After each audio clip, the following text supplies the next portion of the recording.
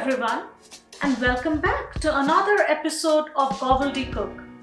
Today I bring a very exciting recipe, Doi Gondhoraj Kochu, a recipe that has travelled all the way from Mysore in India to Calcutta to Pune to the US, travelling across 4 cities, 2 continents, and even traversing 3 generations in between, but pleasing countless palates. Join me after the music.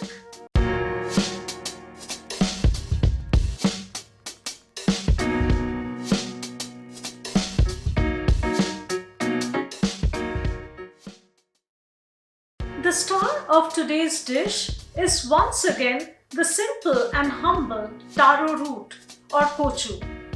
My Thama or paternal grandmother spent quite a few years of her life in the beautiful city of Mysore in South India. Being a gastronomically adventurous person, she did her own culinary experiments, often combining Bengali cooking recipes with South Indian styles and elements of cooking, creating new dishes in the process.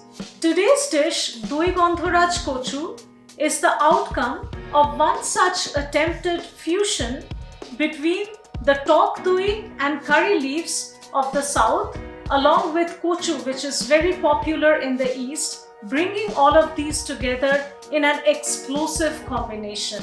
My Thama handed down the recipe to my mom, who then handed it down to me.